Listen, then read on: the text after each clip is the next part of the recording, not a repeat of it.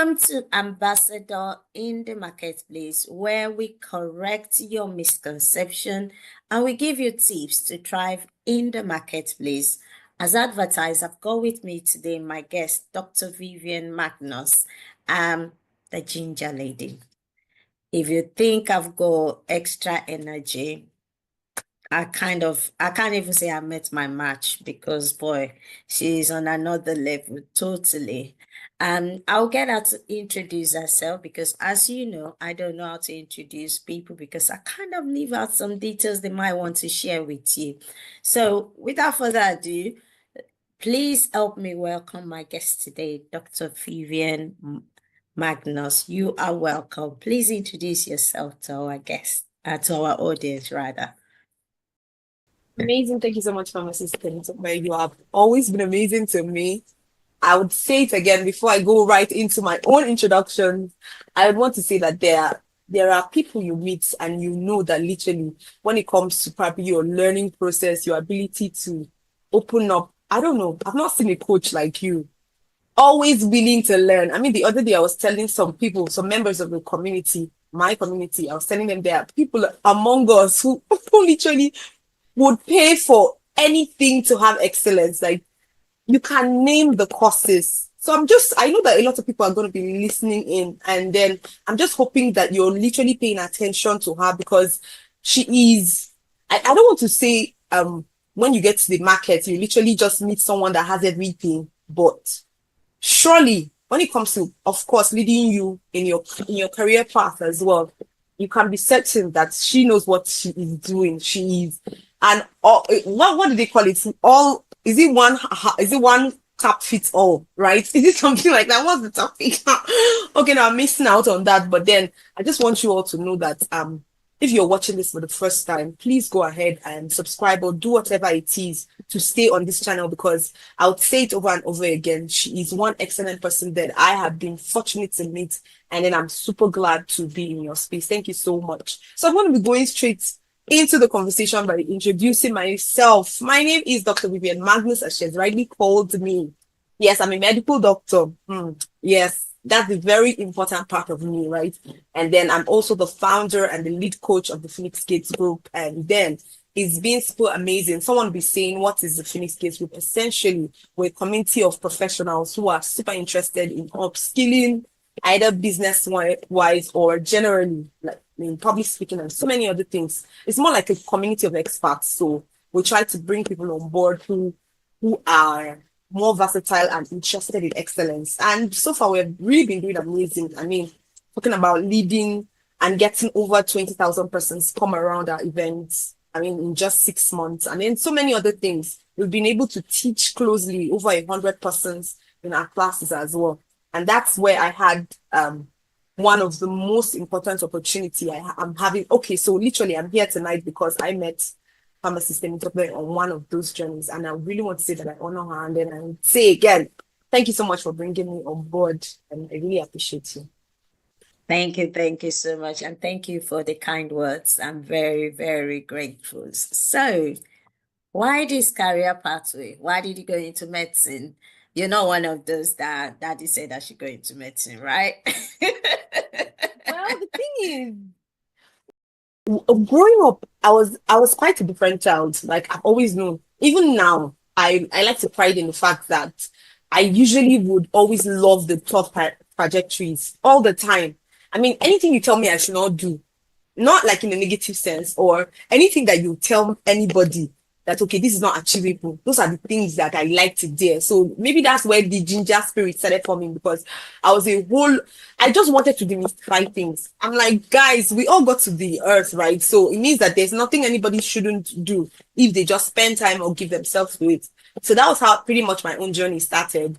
I was a very smart child. Like I taught literally all my siblings, like from my younger ones to my elder ones.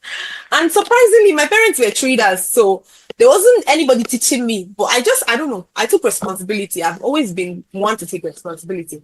And that was how my journey into medicine started. So pretty much we would go from school to the market every single day. So we didn't really have time. My parents' assignments or what. I can even remember one of the times when I didn't do one of my assignments and I was crying and my dad just collected the pen and drew one big head. They said we should draw Mary and just so I was traumatized as far back as then. So I just realized that my parents wouldn't do my assignments. So I'm going to just go ahead and do anything I want to do for myself. And that was how my journey to discovery started. But then, of course, secondary school, those days, what they usually do is that if you're smart at everything or you simply just do well, they'll just move you to science class. So that was essentially the first thing that happened to me. Then the second phase was, okay, senior secondary school. I've always loved maths. I loved okay, my biology teachers, my biology teacher, my chemistry teacher, God, I hope she won't see this, but they were not encouraging at all, and they were super, it was just somehow. My school had people who were having favorites in class, and that was annoying. So those were part of the things I liked to fight, in the sense that, okay, some people will say, oh, these are the niches of people who are the excellent ones. I hated that. So I made sure that I was breaking down all their defenses. Pretty much, I'm still biased about my secondary school up to now, because I felt like that's not how to raise kids. You should give everybody an equal opportunity without showing favoritism. But that's essentially how my medical journey started. So because I was a smart one. And then of course, university made it super clear. I didn't know I was super passionate. So I was like the hard guy, in the sense of, if you say this one, ladies will not get it done, I'll say that's the one I want to do. So even in the university, I said I was going to do neurosurgery. And I'd made up my mind. There's nothing anybody was going to tell me. Guess what? One single purpose. I just told myself that I'm going to do it because I know lots of ladies will not do it. So that's why I want to do it. So I wanted to do surgery and many other funny things. But then I'm grateful to God that when I got to school and met with the Lord, so I had that. And then, of course, the kind of light I got then. Looking back now, I know it was laced with religion, but at least it kind of still made me a little more open, right? So I started thinking that, oh, maybe if I'm so ambitious like that, maybe God did not want that. I'm not ambitious about God's kingdom and all that. So I started drawing back, even in my academics. God saved me. Like, I didn't have any receipt. I never failed any exams at all, but I literally did all those, all those FCS, SU, all those traveling, ministry, preaching. I didn't even care so much. I don't know. Well, I've always been positioned for greatness. I even told myself, even if I don't read, just give me one night to my book. So God, you need to see me before exams. I don't talk to anybody after all my evangelism. But then this is me coming back and saying, yes, medicine has been worthwhile. Yes, that's the word. I've always loved medicine. I still do. So I still have my plans. I always have exit plans for every phase of my life. But then one of the most important things that happens to me is that I always like to embrace the moment and give it my best shot. So that when it's time to move, I move with my head held up high. Yes. So medicine has always been there and it's still there for me. Always, always. Thank you so much. We'll unpack that in a minute. So, what is the common myth about your role as a medical doctor, especially now that you're moving into that remote working phase? And we'll pack that down in a minute. But what's the common myth? Because especially in the side of the world that you are, what's the common myth about being a medical doctor? Well, there are a lot. I mean, a lot of deception around it. I mean, the first one is that if you're a medical doctor, then you have money. Hey, God. I just want to laugh first, right? My goodness, medical officers are literally seeing things in this side of the world. I mean, the last time I thought, okay, maybe I could just sacrifice and say, okay, let them just go ahead and do whatever they want to do. Let me just go back to mainstream practice. Guess what? We're even arguing if I was going to be paid 200,000 or not. Do you know what that means? That's like $450 for 8 to 5 every day with calls. Do you know what that means? That's crazy. So if you're currently on this call and you're thinking that maybe practicing medicine is going to give you all the money, well, yes, it can, but you have to do a lot of certifications and upskilling. But for a very young doctor just transitioning, it's called, from my side of the world, it's called atarugu pepper. You're gonna see pepper, but it's not gonna be so bad. But it's for a phase, of course. Then That's the first myth. Then the second is that we are, what's the word now? We don't need as much help or emotional support. So you find out that lots of patients, when they come to the hospital, hey, you don't even want to know that the doctor probably has just done a 24, 48-hour call. You just want to unleash. She's not attending to me. She's talking to me anyhow. I'm like, if only you knew. So a lot of doctors are literally going through a lot when I mean by emotional, psychological, and many other things. So we've gone from finances. Sometimes it might even be the fact that their take-home checks are not even taking them home, and they are wondering and worrying on how to get multiple streams of income. But then you are here, who probably presented to the hospital, and they're asking you for a medical history. You say, I don't know whether I did immunization or not. I can't even remember anything. What brought you to the hospital? Nothing. Oh, I just said, let me come and see your face. Funny things like that. No, I've seen funny things. I mean, somebody is, yes, the recent one was that a lady came to the hospital and she came with a child. And I think a guy had to, medical doctor made a skit out of it eventually. So she came to the hospital, and then the doctor was examining the child. And guess what? At the end of all the documentation and medical history, she said, oh, sorry, I saw this one. The child is at home. So he probably would have lost 30 minutes to 1 hour talking about somebody that is at home. So there are a whole lot of things that medical personnel are going through that people don't really seem to care. They think that medical doctors are gods. Yes, that's another myth. But guess what? Newsflash for everybody who is listening.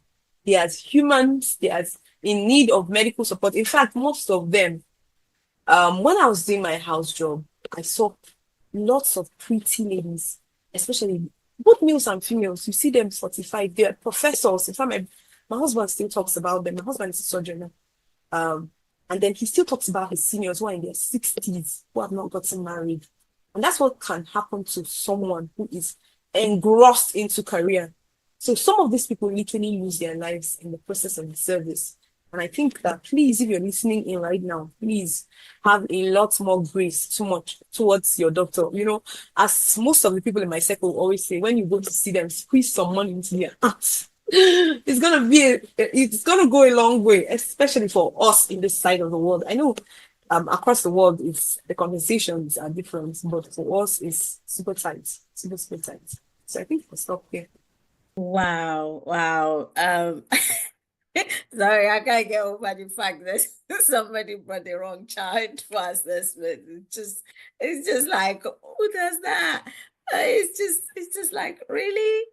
But I think what you said, you touched on something that I think is quite key, which is mental health. And I think is people, and I think it's the same, I think, right all over the world, that even the people that are in the healthcare industry, and I'll put my hand up, in the healthcare industry, to some extent, they spend so much time taking care of people that they don't actually stop to take care of themselves. And like, the people also forget that emotional side when people come and offload on you, because sometimes the patient come, they don't only talk about their legs that is hurting them, they probably talk about their family issues, their money issues, and you're sitting there thinking, if only you know that exactly what you're talking about, I'm going through it. But at the same time, you carry those burdens sometimes with you, and you move away from that consultation and like, okay, is there something I could have done? And that in itself is a burden. And people don't always see that, and they just see this person, oh, he didn't quite respond to me well, oh, I don't know what's wrong with that doctor, I don't know why she's squeezing her face. And they forget that the doctor is actually a human being that is dealing with, they have their whole life that they're dealing with, and they have to pack that aside and listen to you. Pour out your your own business. And it's even worse when you now bring the wrong child. You just wasted the man's time, the whole time. I know lots of medical doctors, especially females, that have lost children during their jobs. I even almost Yeah. became a victim when I was pregnant with my first daughter. I mean, the lady told me outrightly, I think she had lost like three. Wow. and she was I was my senior. So when I came and I was telling her that I don't think I can cope. My first pregnancy, I didn't eating was hard for me. So I told her this was what was going on. I would take drip and go to the hospital to manage other patients. So I was like a patient managing patient. Guess what she told me? "Ah, she doesn't care. Oh. The most important thing is that we must do the work." And this is from somebody who has lost 3 children. There are lots of things going on in those 4 walls. And I also know one of my colleagues, like close colleague, who lost her baby. That was why she was serving as a medical doctor when she just graduated. So there's lots of stress, emotional, even bodily stress. Lots of doctors just slump, especially surgeons. During surgery, you just see that a doctor just slumps, probably has some form of cardiac infarction. You know, a lot of times they are working, they don't get to eat proper meals. So they work into Yeah, the night, they just take fast yeah, foods. Already fats are depositing. You see them, some of them round neck, big belly. Those people who are probably remote workers and a few other guys who seem to have more time even can decide to go on the gym go to the gym. I don't know if I know any doctor that gyms actively that is sick. My husband has worked out for nearly 10 years, but guess what? Just a routine of 5 minutes every day.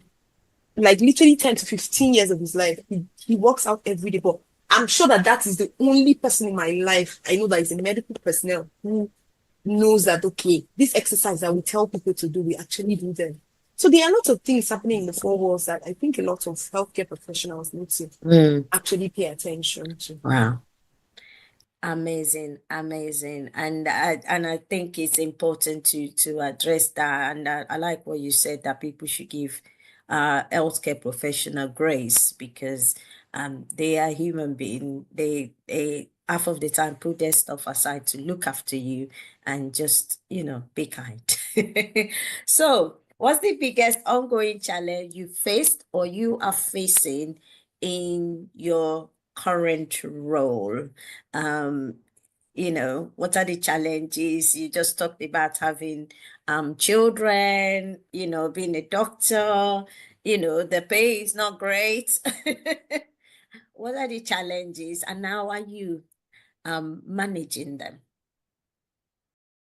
Well, like essentially, part of the things I had to do was, okay, since my both I and my spouse are deep into medicine. My husband is already a consultant, and I was already looking into that direction. So, but then it meant that if we're going to all step out at the same time, literally, we will not be in the lives of our kids. And it happens. Many doctors are like that. Many nurses.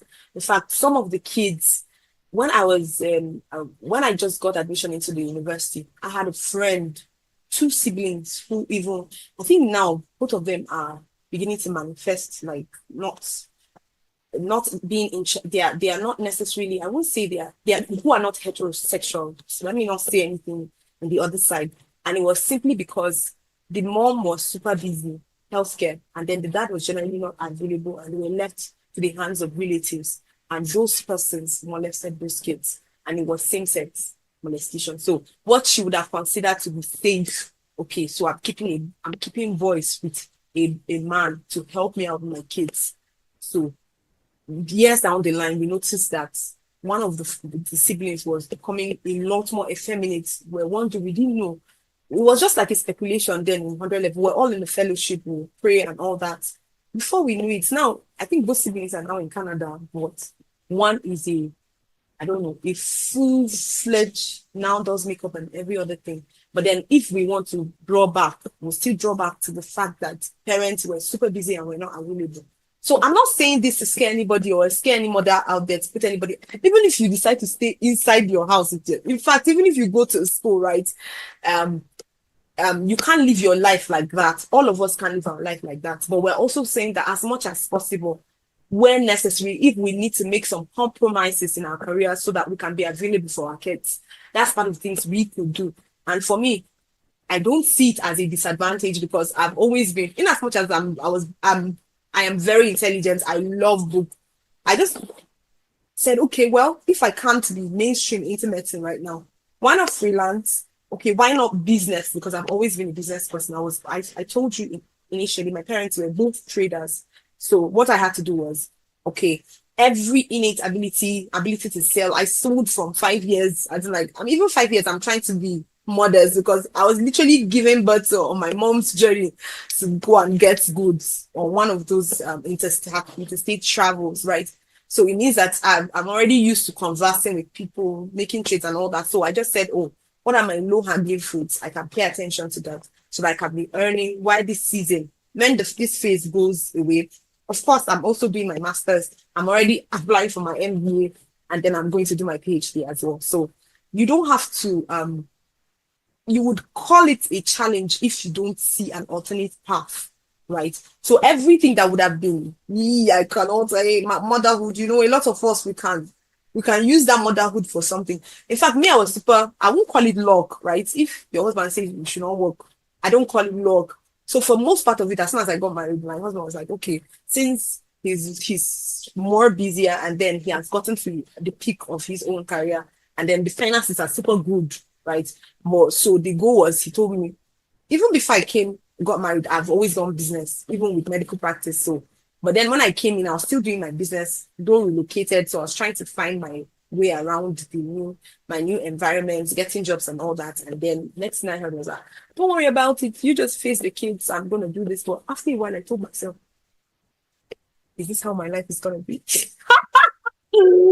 No, my husband, one day I just woke up, and that was last year. I just woke back to myself. I can't continue like this. There are certain people who are wired. Well, if you're here, I'll still say it to all the people who are probably going to be listening to me now. If you're here and you like soft life, please embrace it with all your heart. If you get married to somebody who says you should not lift your foot, please, the only lifting of your foot, whatever you do, Sha, just make sure you go to the gym, right? So that you don't become obese. But then I just told myself, no, I wasn't wired that way. And so one of the things I had to start doing was leveraging. So everything somebody else would have seen and called it a challenge, like maybe I relocated, now I don't have much friends. I joined the church. So started building relationship there. I've relocated, okay. My career. Oh my God, I'm a medical doctor. I miss seeing patients. Yes, I can still stay behind my what's the word, my camera, and I still see people. In fact, most our community was formed in such a way that we are paying more attention to human relationship. And it came from my general the way I would normally care for my patients when I was practicing like mainstream. So everything one of the things I would want anybody who's probably listening in today is that most skills are transferable. You just maybe have not paid attention. Don't be insisting unnecessarily. Even if your husband says you should stay at home, don't do anything. Guess what? You can even be a YouTuber, can be on TikTok talking every time about your when you were the best students. Let's say you seem to be the brightest and a lot of persons like listening to you and all that. You can decide to develop a career to also help other persons in whatever they do. So essentially that's how my mind works, right? So I like to see. So these are the possible things that a lot of persons would have considered a challenge. But then these are also the answers that came to me as I meditated on it as well. And of course, with every business or every endeavor, you get to a point where you get saturated over the people you've been exposed to. So the major challenge will always be to pivot or to scale. And that's where leadership and hiring is going to play a major role, which is essentially when I realized that okay, if we need to pivot, we need people who are going to be committed to the brand story, and it might start with you paying them to be a part of it. And so we've also been in that process. So essentially, that's how my mind works. If I see anything, I end it literally immediately so that I don't even have the opportunity to start crying to other people. Tell them it's not working because we cannot afford it in this day and age, right? To preach another gospel. No, we cannot afford. I cannot. So thank you very much. Amazing, amazing. Like I said, if you're looking for energy, there you have it. I don't know if you noticed, she says she's doing MBA, PhD, masters. She's doing masters, PhD, MBA. Yes. Some people God have graced them. Some of us we are coming along. So God We has actually did blessed some all the people. courses our community offered. So God it's will bless literally some the same people. thing. It's literally the same thing. Thank you for sharing your journey with us. So, Tell us about your journey of faith. How you come to know God, how it's going, is there thundering and lightning, or it's just a nice kneeling down in your room kind of experience? Tell us about your journey. Okay, essentially, well, I pretty much grew up in a very spiritual home. Yes, my mom was a business mogul and my dad as well. But one thing that stood out pretty clear for them was how they believed God for their businesses. So my mom prays a lot, even up to now. In fact, the last time I had a contact with her, I mean, I'm talking about 100 days. That's how she does her fast and all that. And it's strictly for her business, not anything. And she's already getting to her 70s, but then in fact, I was telling her, are you going to come around? She said, no, because of our business and all that. So essentially, I had a godly home, of course, but then we had other influences, maybe like my uncles come around and a few other things. But that didn't really wasn't really my path, my journey to salvation until I got into just one, just two, yes, just two, especially my secondary school. Then, in fact, that was part of the choices my parents made. They wanted a full Christian school because as of those days, in school, schools were a recruiting ground for the other kingdom. A lot. They send children there to bring in crazy people, right? To change people's lives negatively. So my parents were pretty. In fact, my mom fought tooth and nail to ensure that we went to all clear cut spiritual school. So I went to a convent for my junior secondary, and then Redeemed was my senior secondary. But then essentially, I didn't even have a choice, an opportunity to be, all those crazy, senseless. I'm so sorry. I didn't have that opportunity to be crazy, senseless in the extremes. I was always a very spiritual person. I knew that there was a God, right? That maybe if I needed to pay attention to, of course, the first type of gospel that was sold to us was the gospel of, oh, are you sure you'll be raptured and all that? That was one we took. At some point, I was in deeper life and all that. It was an amazing ride for the light that was available at that time, right? So, but then made my decision super early. I think my JSS2 was part of it as an official officer. Was me. I gave my life twice. Whatever it was, but then university was when I started. I literally took the fire of, well, I won't call it fire right now. I would say because it's generally who I was. So, but then I took it upon myself to ensure that everybody who was around me paid attention to their soul. And so, fellowship, like I said, we did it all through university. The fact that I did not feel sincerely, I don't know, because looking back, I don't think I will allow any of my children to do that funny thing. I mean, I will go home. My mom will be talking to me, I will be praying in tongues. I did it. Oh, Jesus. I just didn't want to hear anybody tell me anything. So, movies, everything was a complete crash. So, I did a total immersion from like 200 level till I finished school. I mean, you won't see me anywhere that it wasn't praying, it wasn't fasting, it wasn't. So, of course, we pushed. Then, of course, I had some seasons of roller coaster. Okay. Energy was there persistently because one thing that I've always noticed as well that sets people apart is community. Anything you want to do, that's why it's also part of the model, our business model for our own group as well. Anything you do and you do it alone, there's no guarantee because the Bible says he sets the solitary in families. So he did it on purpose because a support system, and that was what part of the things that my mom, looking back, I can say that my mom was emphasizing them because our school was like part of the most expensive. Most of those mission schools were most expensive compared to others. My dad was a businessman. I mean, he didn't go to school. You can't be telling me that I'll be paying 100 and something in those days for some children when I'm a businessman. But my mom insisted, and then that was where the environment. So I also realized that environment was a lot. Of course, I went through a lot. In fact, there was a season when it was time for me to get married. Yes, so I had a lot of, I mean, I prayed, emotional roller coaster. In fact, that one was, should I say now? And was it a spiritual person, a very significant spiritual person of the movement then I was supposed to get married to, and then all the drama. So it made me question for a season of my life. I think that was 2020. Yes, I just questioned a lot of things. Then plus the lockdown. Oh, that lockdown was really set up my hair. Even though a lot of people since broke out in terms of prayers, because eventually my church that I eventually joined now, they did 6 months stretch in that lockdown. So they were praying every day for 6 months until the stone was rolled off the city. So, but then that was part of the things that, but then of course, when eventually God sent me my husband, in fact, my husband was not part of those people whom you call that used to hold table. When we used to pray, we used to hold speakers. You will not know this. Hey God, talk about enthusiasm. If you say I have fire now, you didn't see me then. You hold speakers, you just be shouting, you jump on the chairs, you're praying and all that. So that was essentially my own background, the kind of background I had, spiritual life. But then of course I got to meet God, and I'm still meeting God, right? Of course, many things, like I said, as the years unfolded, my attention started shifting, because also one of the things we we were raised to amplify our ministers way above God, and it wasn't super good for me. Okay, sometimes those communities can have sex, maybe because to ensure that the anointing, just like how God described how the anointing will flow from Aaron's beards down to his skirts and all that. So they actually, God loves order. Even Paul talked about it, right?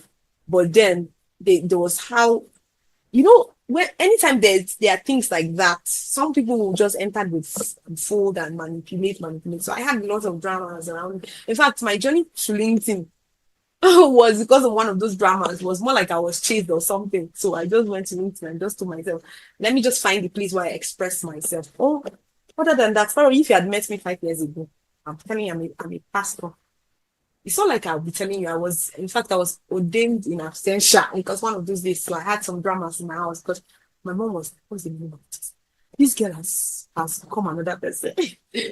I'll be praying from morning to night, night to morning to night, and all that. And I didn't care about anything. Oh God. It was more like, Jesus, come now, let us go. All these people who are doing negative, Lord, they will not see us. I still pray for the nation. I actually believe that God really wants to judge evil. So I release my faith, even at home, when I sit down. I pray, because it's unfair for people to stay in their homes and they're being attacked, evil going on outside. And if only I could have just prayed, right? So just like what God had asked us to do in Psalm 2:2, ask and I'll give you the nations, right, as your, is it a the Bible verse says, as your birthday gift. So it's always in my mind. In fact, why I came on LinkedIn was that so ideation, because the goal is actually liberation, because of course God gave his word, and many were the women who published it. So every single time God brings his word or light, he gathers people around you, and then the goal is always liberation. So that's essentially my path now. But I've not officially, like, I've not been mainstream, like maybe preaching. I used to preach a lot. I used to sing. My YouTube, I had to go and I went to lock all those songs. I sing very well. Like mainstream minister, I've sang for maybe more than 15 years. I still sing, right? But even these days, I've not found that I'm still praying for my heart too. Like I said, it's also a process for me. After the whole drama, I don't know. And surprisingly, every single time, those dramas will just come around back again around my worship ministry. And it went like in a second. My husband had to come one day and say, what is this thing about you? And I was start telling him that I don't even know why the devil is bothered, because me, this is not the kind of looking back now, I'm telling myself, how did I think that I'm going to become a master, I'm going to sing for the rest of my life? Me like this, that I have many things I can do with myself. So he should just cook my chill. Let's discuss. That was how bad it became. But then God has been super faithful. Like in all the seasons of my hurting, my child moments, my husband has not stopped praying with me, as in holding me. Because sometimes when people act some funny dramas like that, even to see a pastor with your eye, you will not even. I'd start telling myself, God, these people are humans. Can't you see? Even if somebody's telling you to honor, you're honoring, yes, but there's somebody you're honoring because of that person. And then your goal should consistently be God. But no, I was super hot, because I don't know why. I was just feeling like, oh, because you're a pastor, you shouldn't do anything wrong. So that's what was my main hurt. And it was a very bad way. But then so far, God has been helping me.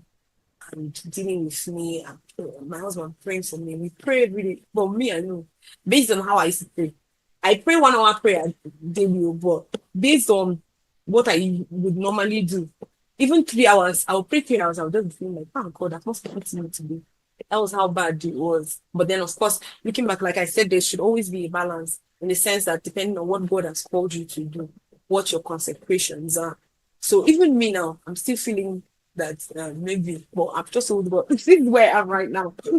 So just you're with me on this journey based on this place. That's why my goal is actually to touch as many lives, demystify life for them. Well, if God wants something else from me, I'm still, of course, me, I can do anything through Christ who gives me strength, and He has given me that strength daily. Yes, yes. So there was a psalm that actually strengthened my resolve. And I remember some, I think Psalm 67. Yes, when I was pregnant, that was when it started. My first pregnancy. Oh God, you will not leave my body to decay. Something like that. I'll think about it maybe before the end of this meeting. If I can articulate it clearly and let you know. But energy actually comes from God. And I prayed that prayer for close to 1 to 2 years. When people saw me in church, I mean, I was close to 9 months, I'll be leaping on the altar. Leap. And it's not small. It's not, oh, I'm pregnant. I went to my rehearsals. I went to work till I gave birth. And I knew when the energy of God had rested upon me. So anything anybody's even seen on LinkedIn, they have not even seen anything yet. Yes. So I'm going to be handing the mic to you, man. Thank you so much. Oh, wow. Yes, I can imagine the leaping while you're pregnant. I can imagine it. I can see it right now. We thank God for the journey of faith and how God is, God take us, the Bible says from glory to glory. And our journey is always a journey, and it comes with different phase. And God is not nervous, and he knows the end from the beginning. And so when we're nervous, He's not nervous. He's just looking like, I got it all planned out. I just need you to follow me. And we thank God for God's leading. So can you be a person of faith and succeed in the marketplace without compromising? Hmm. Well, I always see this, right? When people say words like that, that's me now. My mind works in crazy ways, right? So probably I'll just let you in on that. When someone says that, the person doesn't even know that they're actually just two forces that can succeed on earth, right? It's not even for a believer, it's not compromise, right? It's either you're with God or you're for the devil. There's no middle ground, right? So if you're compromising, check your DNA, something came in. And usually, like I would always say, it comes from bitterness, unforgiveness. Usually those are the easiest access where Satan latches on and decodes you for many other negative moments. So for me, for you to succeed, you must hold something. So we're talking about Jeff Bezos, we're talking about Steve Jobs and all of them. I think there was one time a documentary came out and they were saying something about Steve Jobs visiting India for a year or so when he was having that bankruptcy challenge or something, or when they took him out. So it means that there are actually only two forces. Let's just all sit down and come to one with it. And if you must succeed in the parallel of success that Jesus has shown us as a blueprint. For most of us, we're actually still trying to push. But if you need to scale, that scaling we're talking about now, that is beyond hiring, that is beyond getting other persons on board to do some of the things. So that kind of scaling that, I mean, the birds of the air will carry your voice, as the scripture says, that kind of scaling that you're literally a vibe all across the world and only come on the wings of spiritual exercises or spiritual consecrations. And Jesus had it. In fact, that's one of the things I always remember. While it was still night, Jesus will rise very early in the morning and go somewhere to pray. So there must be a consecration for victory. So that you cannot, if you are already in a compromising place, the person should just know that it's not with God. But then, of course, part of the things that we're also saying is that the the fact that we're on earth, that means everybody has that opportunity to hit the peak of God's success for him. So that's why we pray, that's why we believe daily. But if you even have to talk about compromise, I mean, compromise, like maybe sleep with Oga so that you get, I all those ones, they are not counted for anything. I don't I if somebody says that he asked me to sleep with him and so I did not sleep with him, that's how I lost the job. I'll just be doing to I don't understand. So you wanted to sleep with him or you wanted to get the job. That's not your job now. That's what I would make. I'll think of. Or maybe you pray and the person gets fired and the person gets out of the right. Okay. I'm not exactly a big fan of that if the person is a reasonable human being. But then, which reasonable human being wants to sleep with somebody to give the person a job? So it means that the person can as well just leave the place because other ladies are going to be at risk, right? So that's how I see it. But if we have to mention, as the believer is still saying that he's not compromising, then he doesn't really even know what's at stake because there are forces that do. That's just the truth, whether we like it or not. Look at the trees, look at the birds, look at the air, look at the sky. Come on. Even if you're an atheist, please, there's something it's called in my language. My mom used to say, eh, Doro Mabudo. That means you sit down and tell yourself the story of life. Even Romans talked about it now, that the unseen attributes of God is seen in the physical. So it means that any human being that is saying that they're not aware that there's a spirit outside this realm must really have the word is the person is deluded, and please the person should pay attention to his soul right now. I'm so sorry. Okay, maybe for the want of word, I can't say deluded exactly. Maybe it's at a particular phase in his life, and he just needs to pay a little more attention to his soul because it's very necessary for any growth at all. If not, you're going to depression is going to be part of the sequel. That's what happens because there's something the word of God does to your soul. I realized it. There's something that the peace that passes understanding does to you. You find out that you will not be at those spectrums. I'm not saying this because there might be a believer who's watching this and saying, okay, I'm a believer and I'm depressed. All I can say is just pay a little more attention. I'm not saying because you're a believer you're above it, but you just need to pay attention because the whole tenets of the scriptures is how he came to bring you out of a mole, like bring you out of a molehill, right? A molehill down to the mountain, up to the mountains. So that's essentially what Jesus came to do. And for me, every time I have the opportunity, that is my expression of Jesus. I mean, telling people that you can do this, okay? You can do this. And that is what we are saying to you currently, who is currently listening in on this. God has chosen you. You can come out of every obscurity. It's not a death sentence. No, it's not. Thank you very much.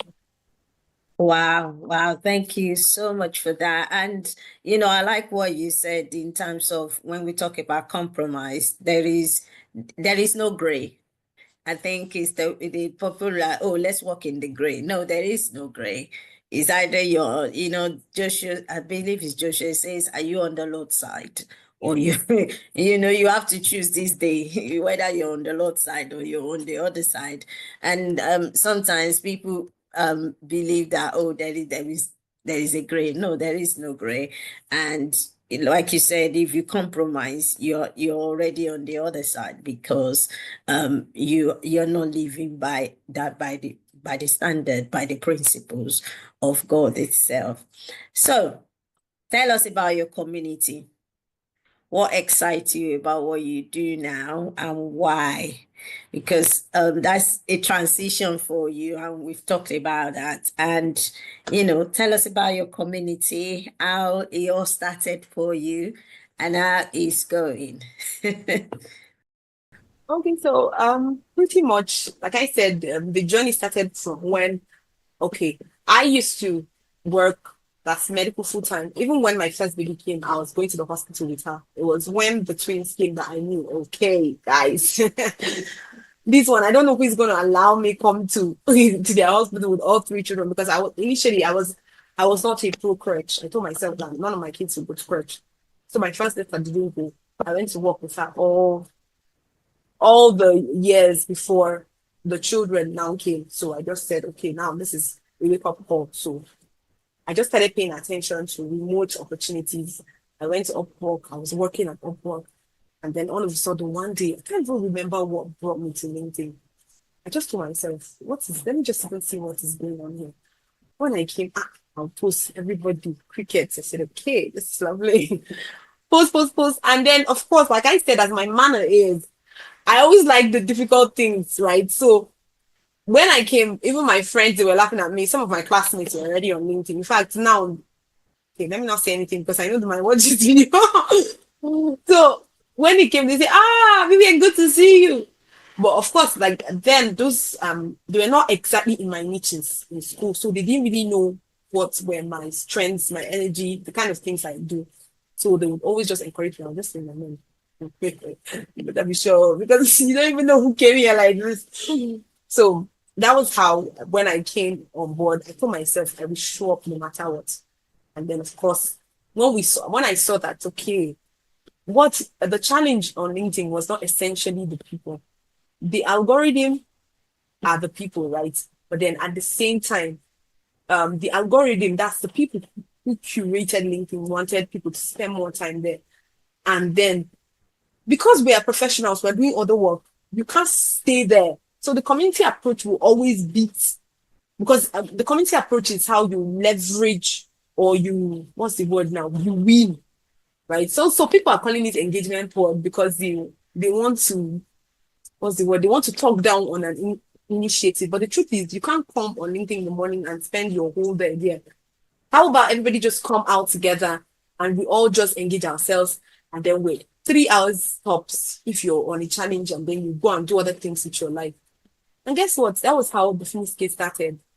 Already I had the company, Phoenix Gate, I already had the company name. That was in 2020 when I was praying. We normally do lots of stretch in my church. So we prayed for 6 months stretch every day, 10 hours.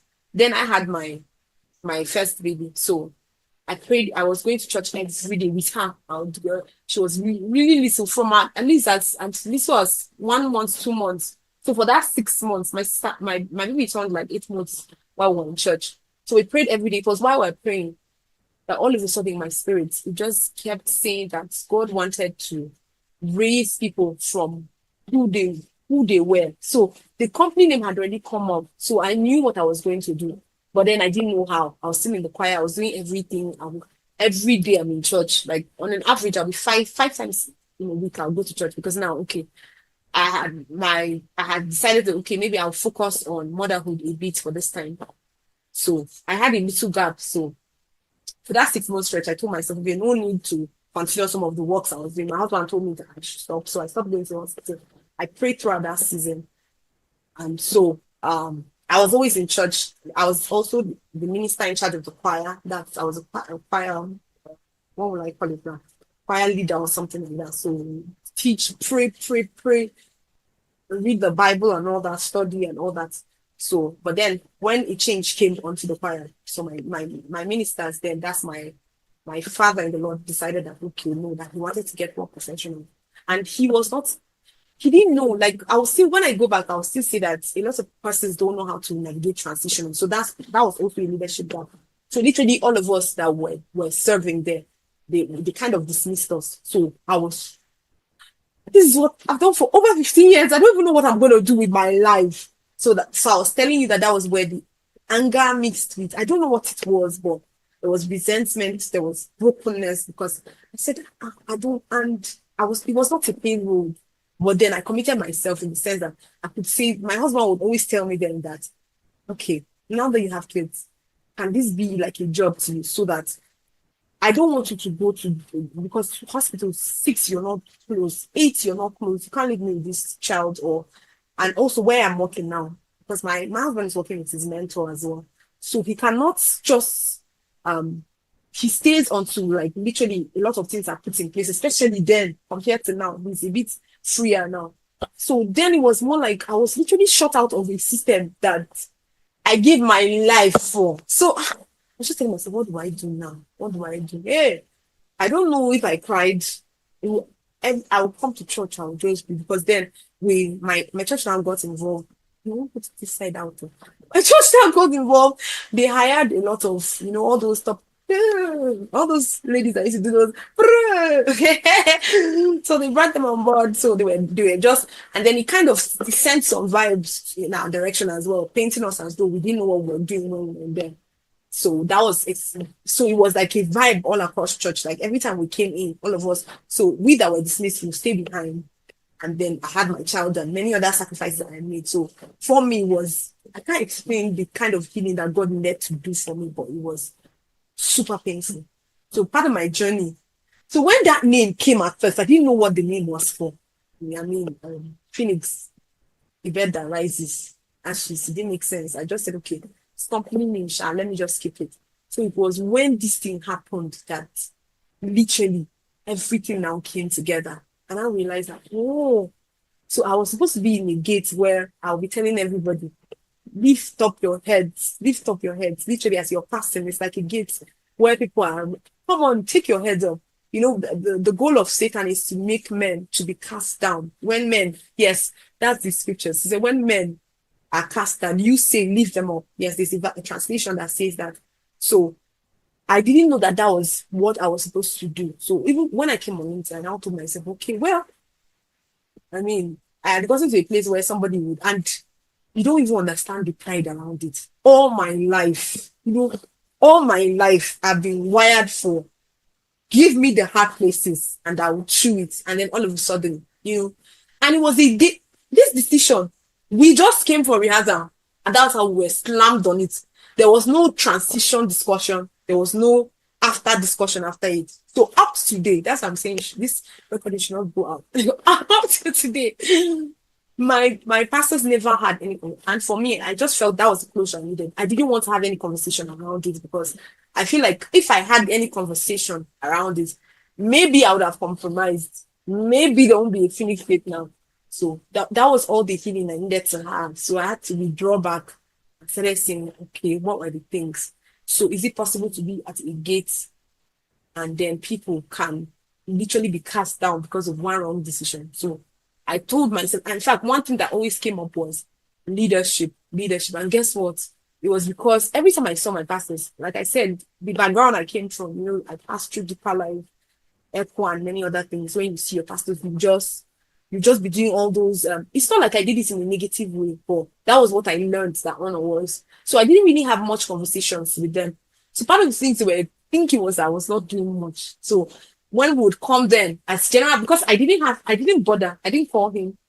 I told my husband, leave it. There's no need. If it's a verdict and this is what moves the church forward, amen. That was what I told myself. But then every time my pastor would be discussing it, he'd be saying everything rises and falls on leadership. Hey! I said, Brian Tracy, you don't know what you did by coming up with this. No, it's not Brian Tracy, it's John Maxwell, John Simmons. Because every time my pastor would always say that, I just told myself, this man realized that I was just not being expressive. That was why I told myself when I came out, everywhere standable in this life, nobody would take my vote. And guess what? Some of the ideations that were executed, I was saying it to somebody I considered that was a friend who was part of the choir, but I didn't know he had some form of relation. I knew, but I didn't think that you can take someone's ideas. That's why all those things I used to talk about during events, they were essentially my experience. So you discuss an idea with somebody, the person tells it to the lead, and then it's like, you are the one who knows what you're doing. This person, because then I just feel like my pastors were stressed. I mean, I don't know how people do it in the sense that they will call their pastor and say their teeth is shaky, their eye is shaky, their nose is shaky.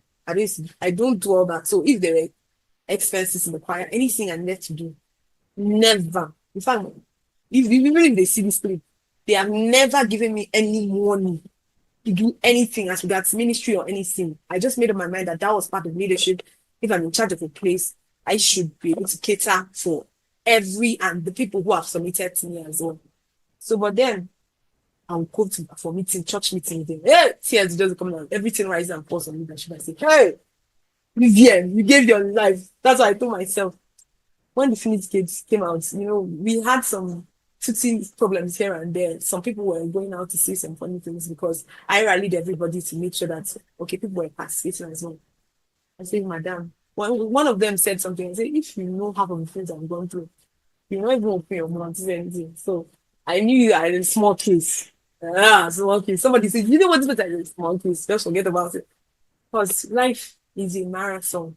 That's part of things I had to learn in this season. And then, of course, it further strengthened my trust in God. I'm like, okay, so a spiritual person would can be manipulated. The answer is yes. You better be praying for your pastors.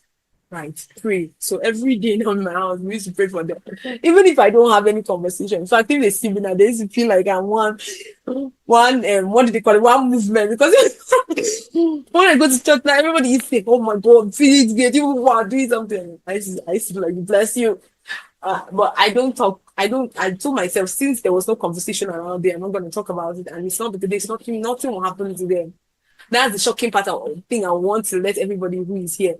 It's possible that somebody will offend you and nothing will happen to them, right? And then, for God's sake, it's just offense.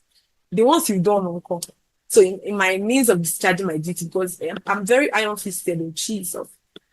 In my means, so that's when somebody says that everything rises and falls, I say, oh God, this is my me. So, one of those days, one of the our leaders they were discussing me, and then it came up during one of the meetings, and somebody said, "Eh, Vivian is like that." I said, "Jesus, Vivian is she's very." She said, "Ah, she doesn't look it," and it's because then I just felt like it was a part of one-on-one. We don't want to be discussing. I would rather discuss maybe with the tear who is supposed to be my next in line and that like that. So, but since then, this one for my dear life.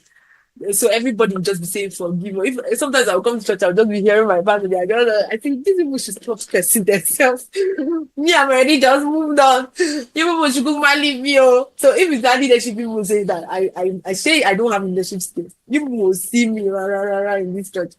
But then of course it's not because of anything. Like for me, I'll still say it again.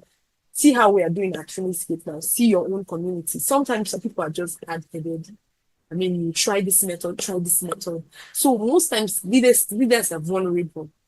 So those people who are in their sphere, who can suggest something, sometimes they don't even know that some of these people are suggesting things because they are selfish about it. That's exactly what they want, those positions.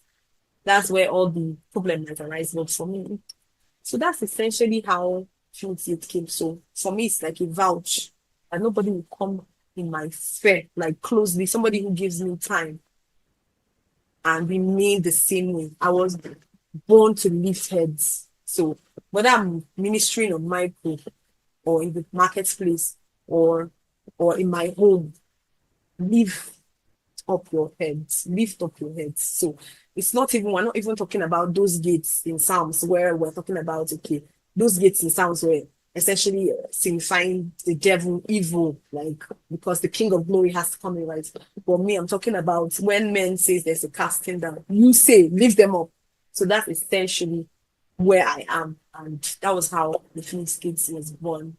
And essentially for us in our community, since at this phase of my life and the fact that I took up remote, it was easier for me to commute with LinkedIn because there are lots of professionals there. So that was how we decided that okay, we will educate every human being. In fact, that was the goal. Every human being on the earth. I always say that our room can take up to 1 million persons if they can come. Yes. So every week we educate people for free just to make sure that they're upskilling. And literally, we've seen that everybody who has been coming consistently, their lives have never remained the same because I know where the seat of light. That's why I sit there consciously every Sunday. It's like a spiritual office for me. So when I come, I sit down, we open the gates because we know that literally anybody who steps in is literally transformed. So that's essentially what we do. We have other outlets. That's the financial side of it, of course, because we have to be. Initially, it was all free. So like for 4 months, we didn't collect any money from anybody. But then, like the whole journey of your journey of monetization will always be if you don't charge, somebody else will charge. So what they were doing was that people would join our community and be paying other communities and be farming their community because they got us for free. So that's how we now have to step out a bit and start putting a price tag to some of the things we do. And then of course to run things, if we don't have excellent camera, if we don't have proper lighting, a lot of people will not will see us as a brand that is not a very serious one. So most of our budgets, most of the charging and that we've been doing is essentially to get all our gadgets. But then our education every week is still free. But then when it comes to maybe people trying to find their way in terms of their financial life, and then also paying attention to their social media platforms as well as YouTube, essentially social media, LinkedIn and YouTube for now. We plan to, of course, go all round, but for the sake of at least this first half of the year, paying attention to those two. So that's essentially what my community does. So coaching,